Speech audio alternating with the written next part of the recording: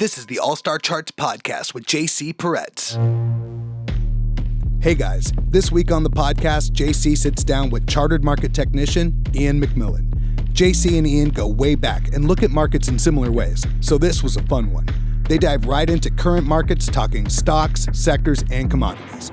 Then they take a step back to talk a little bit about technical analysis and why it's their preferred approach to the markets. We hope you enjoy.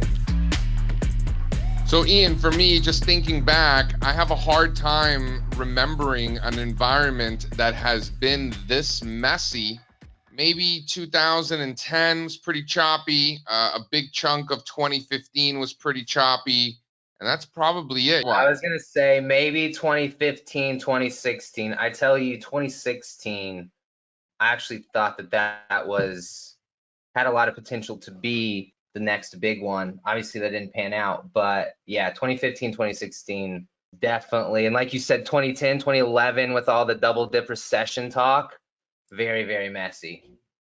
Yeah, 2011, totally. And those are just a few that stand out in my career, because prior to 07, I got in this business around 03, and it was just sort of smooth sailing early in my career. Value stocks doing well, international, emerging markets. Like, it was all that stuff, commodities, natural resources, and then everything fell apart after 07. And it's, there've been different trends since then. So talk to me. Here we are. We're recording this at the close of the market on Wednesday, June the 23rd. And I'm not even gonna ask you any questions right now. I'm gonna open it up to you. What's got your attention? What's got my attention? I would say the rebound in tech, right? We've kind of been on this, if tech's going to take a break, then everything else in the market really needs to step up to the plate. And we saw that for a few months. And now I think we're kind of entering the opposite, where if small caps and value stocks and banks and industrials and transports are going to roll over, at least on a relative basis, then the big boys, the big mega cap names are going to have to come off the bench again and get back in the game. Tell me that there is a more important chart in the world than QQEW. Yeah, I think that there's a lot of eyeballs on that one. So let's read. So the audience might not be ETF nerds like you and I. QQEW is the NASDAQ Equally Weighted Index Fund. And if you punch it up on your screen, it's going to be pushing up against these highs going back to February. The more times the level is tested, the higher the likelihood that it breaks. But to be clear, as of this recording, it has not broken. It's really flirting with those former highs. We're right around that range. You think this is it or no? I think we need to see it get overbought, right? I know a lot of people don't like to hear that. When they hear overbought, they say, oh, then it's time to sell. If too many people have bought it, obviously you and I now, we think about that a little bit differently. But it hasn't been overbought since February. And then how do you define overbought? RSI above 70. 14-day RSI. 14 period RSI above 70. To me, that shows that there's conviction in the uptrend, right? And I've seen people say, oh, well, RSI got to 69. That's essentially overbought, or it got into the upper 60s. Well, no, not really, or else we would say 69 was overbought, right? You kind of got to draw the line somewhere. What about the lack of new highs on the NASDAQ? And by lack of new highs, I mean lack none. of new highs everywhere. Right. But worse in the NASDAQ than elsewhere.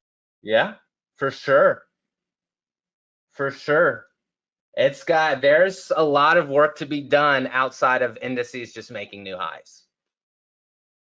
That looks great on paper, but as breadth watchers that we are, we know that there's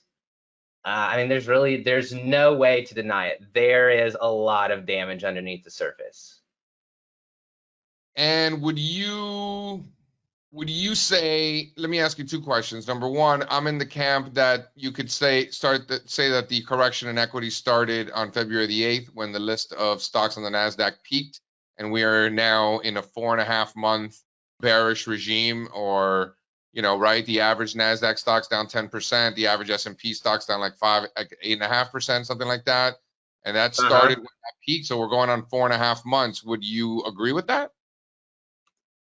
I think so. We're talking about stealth, kind of these stealth bear markets underneath the surface, going back to early February.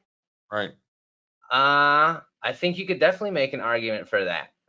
Software. I mean, look at all the FANG names that have gotten hit or haven't gone anywhere. These software names, the all caps IWM, literally at the same price it was at the beginning of February. Exactly. I am very curious as to if the market and the indices can shrug off the bad breath. Because there's time versus price. Corrective time. I would be impressed. It's been an impressive market for a year. I don't know if it's got another push higher in it. But if mega cap tech continues to move higher, then we know that can take us a long ways. Would you say that now, just from a broad market standpoint, here we are finishing up June, would you say things in recent weeks and months have gotten worse or have improved? I would say improved. I guess it depends on what type of stocks you like. For me, I don't really care. I can be in the small cap growth or I can be in regional banks. If you're one of these CanSlim guys, I guess you would say it's probably improved. We've seen a lot of the software, a lot of those high flyers that are popular on like StockTwits and Reddit and areas like that, small mid-cap software names. But if you're in the areas that had been working, right, regional banks, energy hasn't gotten walloped too bad yet, industrials, transports, the whole home construction theme that's kind of fallen apart on a relative basis, then you'd probably say it's gotten worse. The rotation continues back and forth. Tell me what happens, what kind of market environment are we in if regional banks, particularly the KRE, breaks back below those 2018 highs, which are all the lows from March and April? Real. I think I don't think anything good happens with broad markets if regional banks, and again using KRE, are below 65, 66. And we're right there now. That would be pretty disappointing if they can't hold this. And if that does break down, I'd imagine the U.S. 10-year yield probably losing 1.4 and breaking below that too.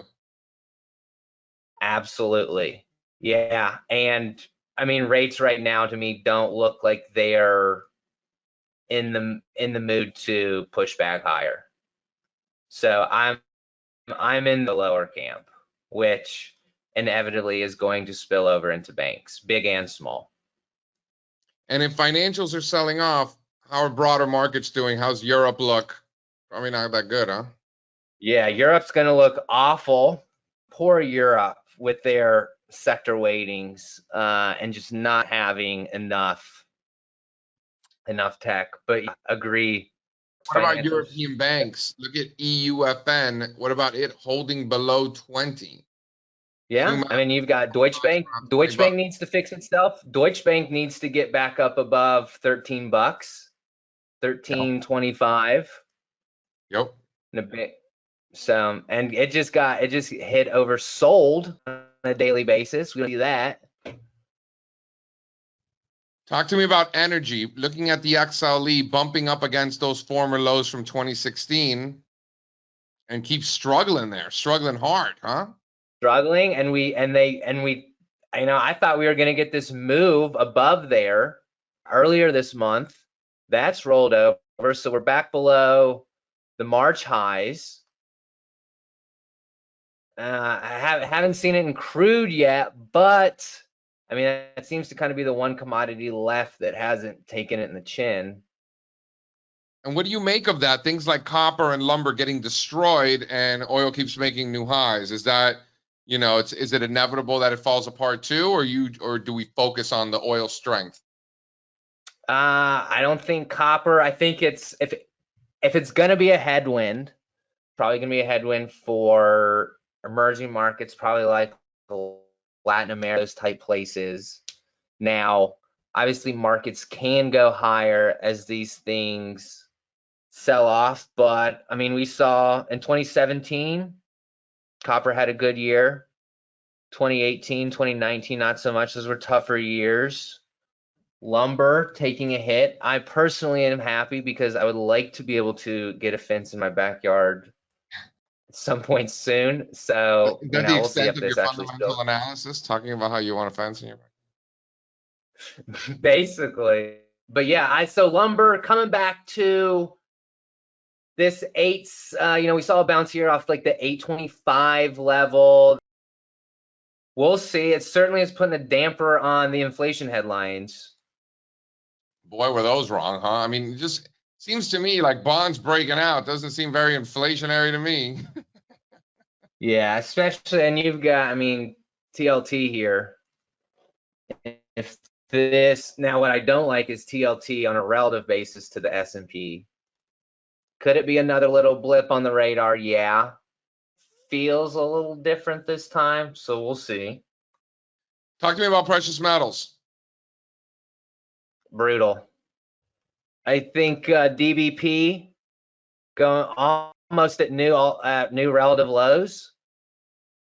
Precious metals fund, gold miners continue, right? Dollar strength obviously not helping there.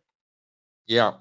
Dollar strength as money has come out, right? Particularly over the last month and change, as we've seen an expansion in new lows, even short term, and continued deterioration in new highs. Finally, some of that's flowing into the dollar. Is the dollar strength recently suggesting that things in equities are about to get worse, or is that overthinking? See, now the dollar, I'm the last person you want to ask about an opinion on the dollar. So I never seem to, at least over the short term, get it right. But I have mixed feelings on the dollar. I think that the dollar can do well, or the market can do well when the dollar is going higher and lower. It kind of just depends on what areas you want to be in. Obviously, it's an asset you have to be aware of if you want to, be tilting in one direction or the other amongst equities. But obviously, it's a headwind for foreign stocks. If it's moving lower, I actually have seen, it seems to me that foreign stocks are petering out on a relative basis. There were definitely, for a while there, it looked like Europe could, could really move into a lead position. And a lot of the individual countries had, yeah. But as a whole, it's falling apart again. You can see it in Deutsche Bank. You can see it in European banks. For me, EUFN, if it's below 20, I think that, it's the market environment is definitely riskier if European banks are below 20 on the EUFN. That's how I see that. That's a big one for me, Ian. It is. And you've got a huge divergence there that hasn't been overbought since November. So not a very strong rally the last, visually very appealing. RSI wise, not super strong. I guess we were oversold in January a bit, but. So let's take a step back a little bit. We talked about a lot quickly, which doesn't surprise me between you and I. But usually I just want to ask you what I have on my mind. And a lot of those things are things that I had on my mind. So I selfishly wanted your thoughts. And that's no fun because we kind of agreed on a lot of things. But it's price, right? What's there to disagree on? We're all looking. We come from pretty much the same background. A lot of what I incorporate into my daily practices came from you. So now I'm not surprised that we agreed on most things in the market. Would you say most technicians typically agree? No, it depends on how they're trained. I tend to agree with certain friends Yeah. and disagree with others because we look at markets Okay. differently because we're trained differently. Maybe we did our CMTs at different times, you know? Yeah. It depends on who it is. But then how about you? How did you get into technical analysis? Like here you are. What is your Twitter handle? Yeah, the chart life. So got into technical, was always curious about technical analysis early in my career. Being in the RIA wealth management space, the study of technical analysis is not necessarily promoted. I'm not going to say it's frowned upon. But it's not really what a majority of the industry does. And so I've been in the RIA wealth management space my entire career, because I'm always on the investment side, but was fortunate enough to find a couple RIAs here and there that actually are technical analysis only. It's pretty rare. In fact, it's really rare to find this. I mean, the industry is pretty set in stone. A lot of stubborn people that, they've done the mutual fund buy and hold thing for a while, and it's super easy, requires not a lot of effort, and you can be out on the golf course all day, right? So that's pretty appealing to a lot of people, but just not really what I necessarily wanted to do. And when you've sat in enough, and I've done the deep value thing, I've been part of firms that did the deep value. When you've sat in enough meetings and had to, had clients question you about, like, why do I own this if I'm down 25%? And you have to tell them, well, we think this is a long-term, we still think it's a good investment, based on XYZ metrics and valuations, maybe throwing a couple headlines or stories there. And I just got tired of sitting around listening to people talk like that. So really got into technical analysis because I knew that there had to be a better way, rather than sitting around hoping for this thesis to pan out that you had built up in your head about this stock is super cheap, and I'm just, soon enough the other market participants will figure it out, and they'll start buying shares. And as we know, that is not how the world works. Yeah, for me, I'd rather do it the exact opposite way and know for a fact that I don't know anything about what most companies do, and I really don't have the time to care either.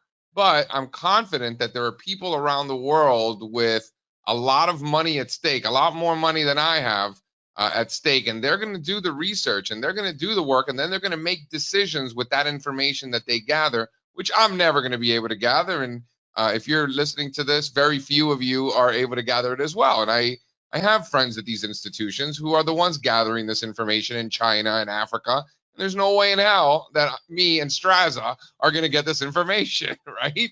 But Yeah. trust that they have it. And I'm just interested in what they're doing with that information, not so much what that information is. And you could see it in the market. You could see it in price. We see it time and time again, and I'd rather just piggyback those people. Yeah, and I'm not saying, right, I don't think anyone in the TA field would tell you that fundamentals don't matter. They eventually matter. Eventually. I personally don't have the mental mindset or the time for, and neither do my clients, to sit around and wait for that to play out. Maybe Japanese banks are the best value and the best deep value investment, and in 15 years we're all going to sit back and think we should have bought Mitsubishi Financial. But I don't know that, and right now I'm trying to make quarterly returns for clients, I don't really care about what the next deep value thesis is 4 or 5 years down the road. You're trying to make money this quarter. I'm trying to make money this quarter. That's clients aren't paying me to, have big grand thesis, macro theses, and stick by those and ride those out. Inflation, stagflation, disinflation, politics, all that stuff seems Well, noisy. So if you're a portfolio manager and you are just stuffing your portfolio full of inflation themed assets, pick your choice. They've all been pointed out to us over the last couple months. And now that that theme has started to go against you, you're going to stick by it? What's the reason there? You're smarter than the chart? I don't think so.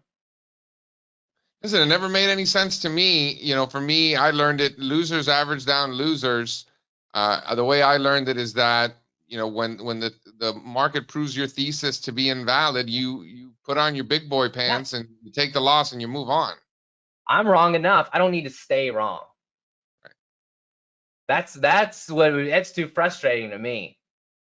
For two reasons. Number one, obviously staying wrong, you're just going to keep losing money. And that's the exact opposite of what you're here to do, which is to make money, right? So just staying wrong is just wrong, is just terrible. But what ends up happening is that terribleness compounds because you're so worried about looking at your losing position that you're going to miss out on the giant elephant that walks right past you, which is the trade that you should actually be focused on, because you're worried about that piece of crap that you're still in down 25%. Yeah, so it just gets worse. It doesn't get better. It's an opportunity cost. Exactly what you said. You miss out on the setup because you don't want to sell the losing trade to raise capital for the next trade. You want to wait for it to turn around, and that rarely works out. And even if it does, the amount of mental capital you've most likely wasted in between,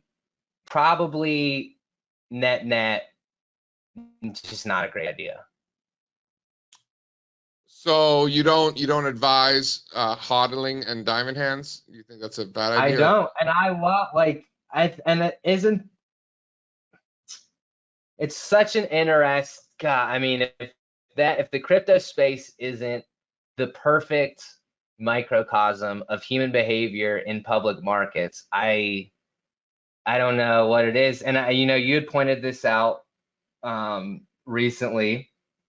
It is the ultimate supply and demand, fear and greed arena right now, right? No government intervention. You've got, just opinions being thrown everywhere. There's really no fundamentals to it. Now, I know, right, some, a lot of crypto nerds would probably beat me over the head for saying that. But in the grand scheme of things, there's really no. Well, there's no companies, there's no earnings. There's no companies, no earnings, there's no Graham and Dodge. No earnings. We're not trying to predict what quarter over quarter sales are going to be. It's just an asset that goes up and down based on what people think it's worth. And that means so many different things to so many different people on so many different time frames. Right. With all different levels of information.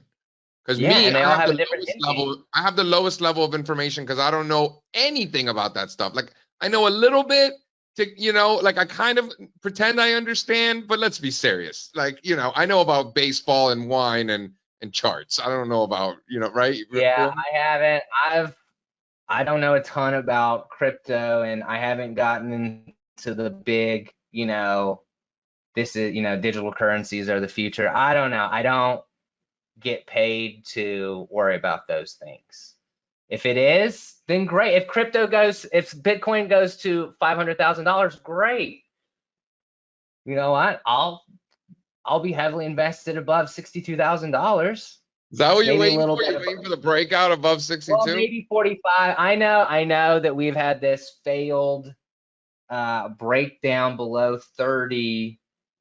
For me, I'm still kind of waiting for it to get back up above 42, 45, that area. But I get it. I mean, I understand, above 30 based on, yesterday morning's capitulation, short-term capitulation like event and the noise. And I was part of the noise. I was throwing shade, I'll admit it. But I also own Bitcoin on the way up. So If we're above 30, I think you own it. I mean, I do own it above 30. That's my trade. If we're above 30, I'm in. If we're not above 30, I'm not in. all right, so what about now? Is it just Bitcoin, or are we venturing out into Ethereum and Litecoin?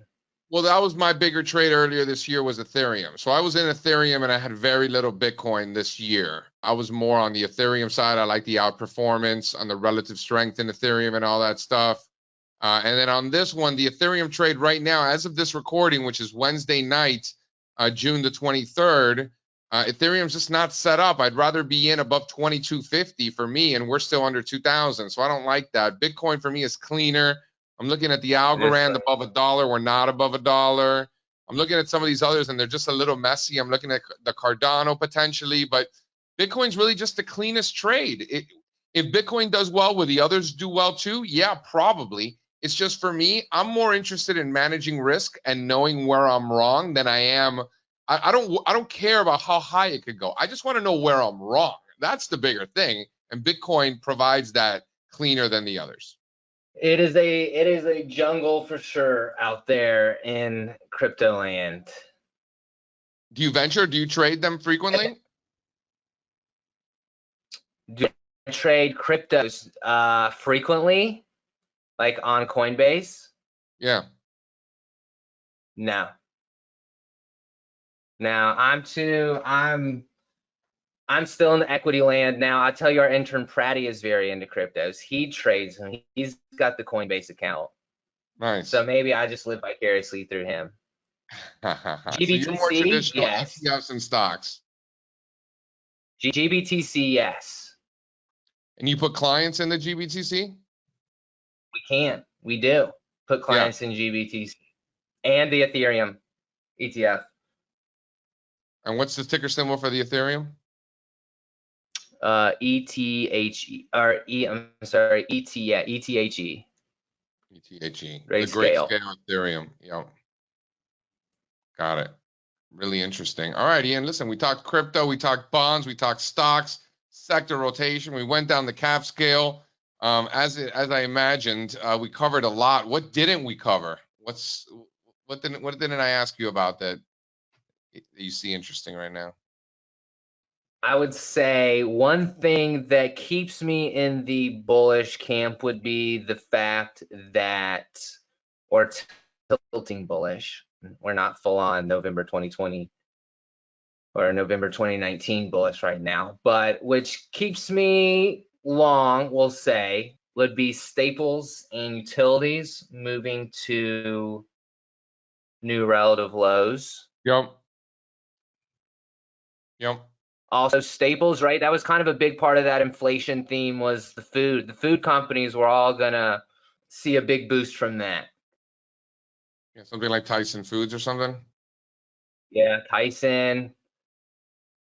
China's still weak. China's something I'm kind of waiting to, right? And obviously, U.S. stocks can do great without China doing great, but it is a nice tailwind when things like Chinese tech, Chinese consumer discretionary are in uptrends.